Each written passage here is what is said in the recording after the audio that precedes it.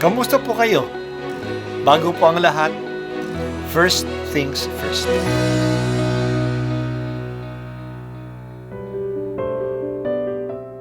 Ang pagbasa mula sa aklat ni Propeta Jeremias. Nang pasimula ng paghahari ni Huda ni Joachim na anak ni Josias, tumanggap si Jeremias ng pahayag mula sa Panginoon. Tumayo ka sa bulwagan ng templo at magsalita ka sa mga naninirahan sa lahat ng lungsod sa Huda na naparoon upang sumamba. Huwag kang maglilihim ng anuman. Baka sakaling sila'y makinig at tumalikod sa kanilang masamang pamumuhay. Kung magkagayon, pahihinuhod ako at hindi ko na itutuloy ang parusang inihahanda ko sa kanila dahil sa masasamang ginagawa nila. Sasabihin mo sa kanila, sinasabi ng Panginoon, kung hindi kayo makikinig sa akin at kung hindi ninyo susundin ang mga utos ko sa inyo at di ninyo pakikinggan ang sinasabi ng propetang sinugo ko sa inyo, ang templong ito'y itutulak ko sa silo at gagamitin sa mga bansa ang pangalan ng lungsod na ito sa panunungayaw. Ang pahayag na ito ni Jeremias ay napakinggan ng mga saserdote, ng mga propeta, at ng lahat ng taong nasa templo ng Panginoon. Pagkatapos niyang magsalita, si Jeremias ay dinakip nila. Dapat kang mamatay. Bakit nagpahayag ka sa pangalan ng Panginoon na matutulad sa silo ang templong ito? Mawawasak ang lungsod at walang matitirang sinuman at siya'y pinaligiran ng mga tao. Ang salita ng Diyos. Salamat sa Diyos. Ang silo ay isang lumang dambana ng bansa ng Israel na noon doon nakatago ang kaba ng tipan.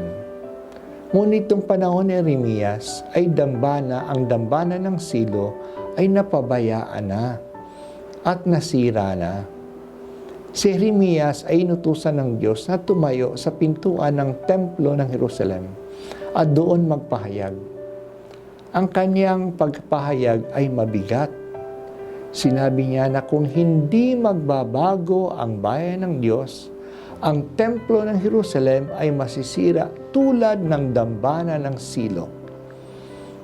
Malaki ang pag-asa ng mga tao sa Jerusalem. Kasi sa templo, nandoon ang Diyos. Kaya hindi mawawasak ang Jerusalem. Pero sinabi ni Jeremias na hindi sila maliligtas ng templo kung hindi sila magbago. Hindi lang sa masisira ang templo. Ito'y gagamitin pa na pagsusumpa ng mga tao. Tulad na ang templo ay sinumpa sa kanyang pagkasira.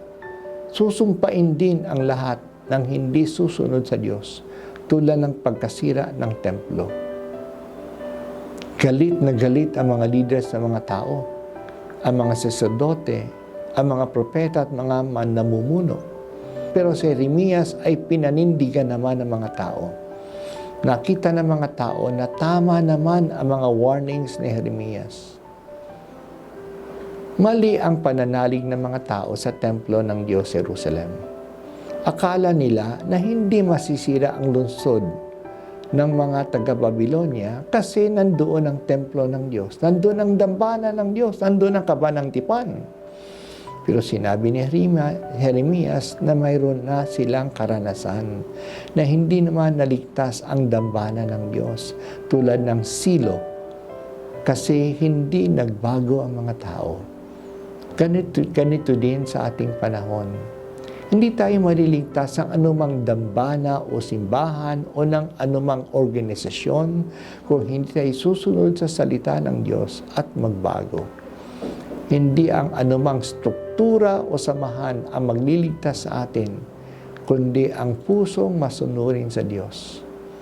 Ang tinitingnan ng Diyos ay ang ating puso at hindi ang lugar o organisasyon ng ating kinabibilangan.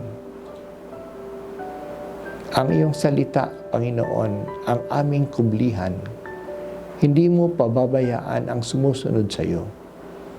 Nananalig kami sa iyong salita. Hindi kami nito lilinlangin, O Diyos. Totoo ang iyong salita. Dito dapat kami manalig.